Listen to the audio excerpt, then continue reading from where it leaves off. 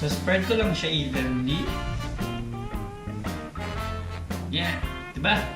And, i-decorate na natin yung ating natitirang apples on top.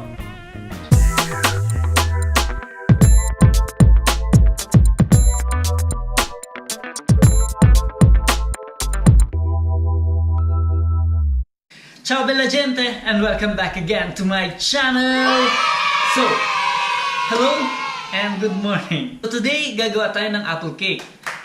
Because, birthday ng dad ko, so gagawa ko ng something for him. For the new people out there, hello, I'm Brian Corache... Uy, nasabi.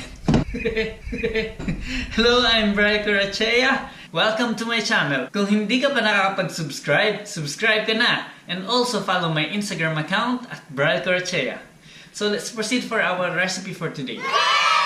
Okay, so gagamit tayo ng 300 grams of flour with 1 teaspoon of baking powder. Then, and 150 grams of brown sugar. So you can use also the regular sugar, but I prefer using the brown sugar for this recipe. Okay. Then 50 ml of milk, 60 gram of butter, and tinuna ko na siya ha, para mas madali na din siya ma-incorporate. Then, of course, hindi tayo makagawa ng apple cake kung wala tayong apples, diba? So I got 3, but you can use also 4. Mas marami, mas masarap. Huwag naman too much. Baka puro apple naman yan. Yan. So... Oh, where's my eggs? Wait! And 3 eggs. Okay? So, crack na natin yung eggs. 1,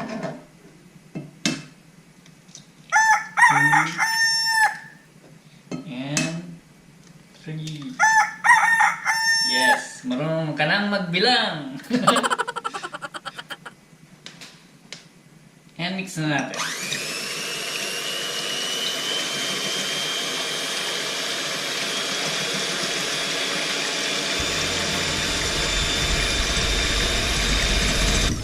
Then, pwede na natin i-add yung ating sugar.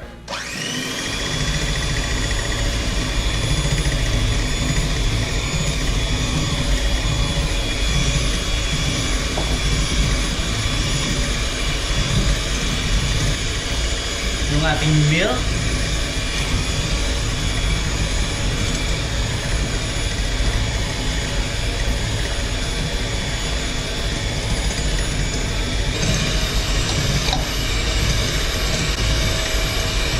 And of course, yung butter natin.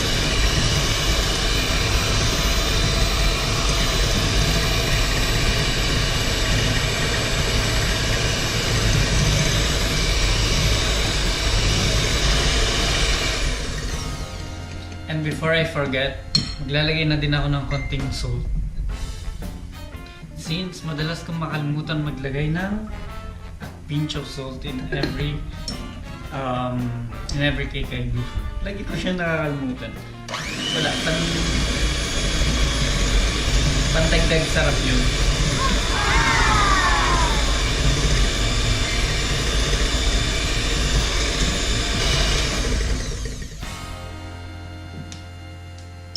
And pwede na natin i-add yung ating flour gradually.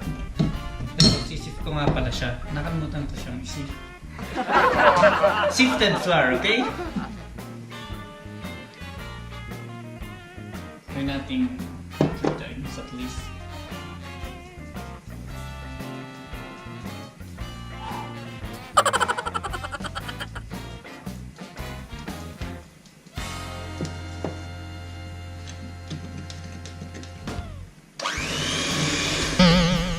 Promo. Mix na lang tayo.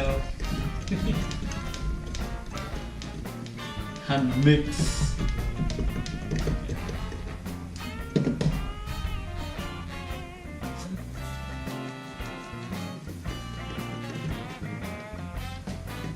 Kada to.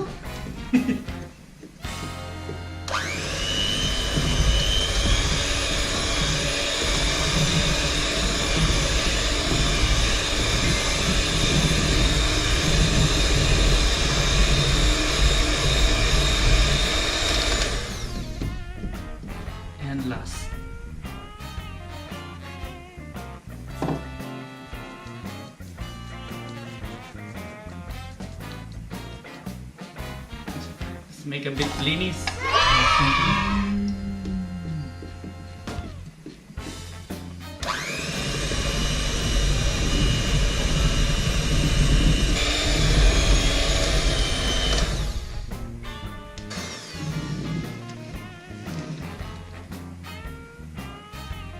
Okay. A bit messy. So, let's peel our apple. I could have done this before, but na lang. Hindi talaga natin kailangan ng balat for this recipe. Of course, chop natin siya. Cut ko siya.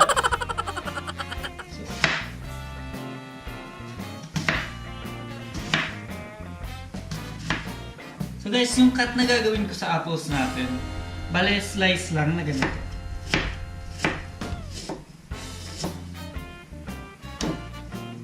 Something like this. Okay?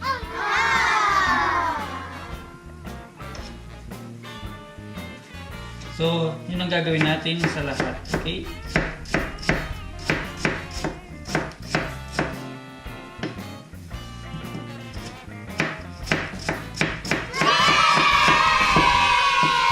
Diba, dati amaze ako dun sa mga nag-chop-chop na sobrang bilis tapos super perfect.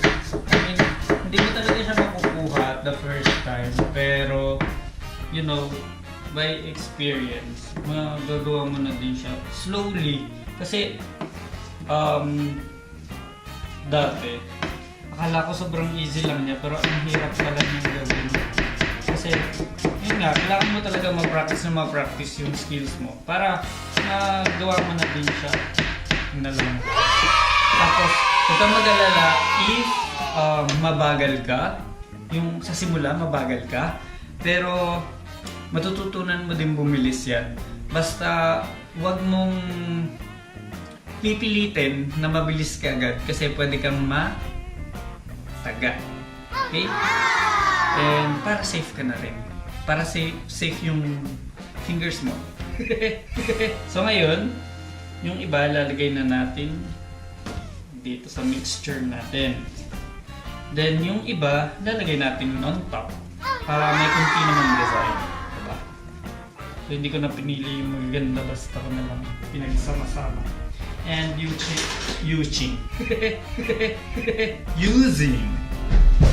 a spatula. Let's mix them together.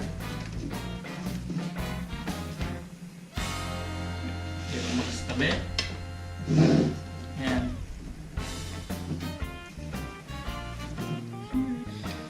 So gagamit tayo din ng bake pan. Yung bake pan, lagyan na siya ng butter.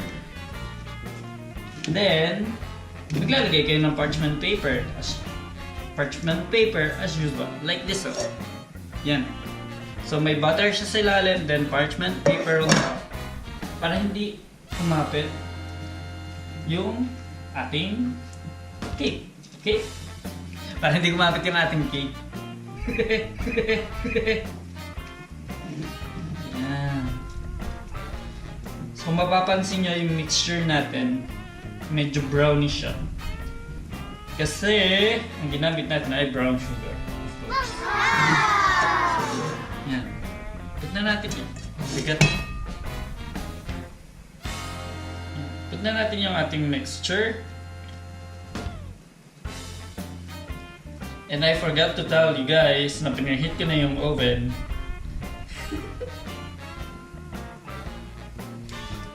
And lay natin siya. So spread ko lang siya evenly. You can see it, guys. Yeah, diba? And i-decorate na natin yung ating natitirang apples on top. Yan, kita nyo naman siguro na. So paikot lang. Depende na sa inyo kung anong gusto nyo gawing design. So ang ginagawa ko yung paikot lang. Simple lang. Actually, mas sarap na cake yung mga simple lang. Minsan kasi may natikman ako mga cake. Sobrang gaganda, pero yung lasa naman. Ikot-ikot lang, ikot-ikot, ikot. Kanina nga bang kanta yun? Anyway. And last touch ang ginagawa ko, naglalagay pa rin ako ng konting brown sugar on top. Wala lang, trip ko lang. Lalo na kung ginamit ko yung green apples. You can use also green apples if you want. Okay? Okay, now let's put it in the oven for about 40 minutes. Kasi minsan yung oven natin hindi perfect yung temperature. That's why we have to check it always, okay? Okay guys, so after 40 minutes, ito na yung result ng ating cake. So, this is it. So, hindi ko na siya matitikman since ipapadala ko siya. But, subukan nyo. Baka magustuhan nyo pa to, di ba? Yan. And, gumawa din ako ng cheesecake pero wala pa akong topping. Yan. Yes. Kasi dalawa yung cake ni papadala. Diba? Yeah, that's it. So guys, sana nagustuhan nyo tong video kong to. And if gusto nyo siyang reproduce sa bahay, go ahead. It's very simple. Perfect for Sundays with family, right? And hindi din siya expensive gawin. Before I end up this video, may nagpapa-shoutout lang. So let's check it in the comment section. Here. Shoutout moment! Shout out section. Hey Rada, so your name here is Rada America. Hello, and she's actually one of my #1 subscribers. Hello, thank you. And may nakita pa akong isa. Dapat pala sini-screenshot ko, no? Oh, yun. Okay, I found it. So, yung isa pang nagpapa-shoutout is si Giancarlo de Matedugan. Hey, what's up? So, thank you guys. If gusto nyo pang magpa-shoutout, just let me know in the comment section.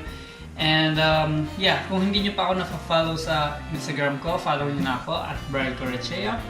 And we'll see you again next time for another recipe. Ciao!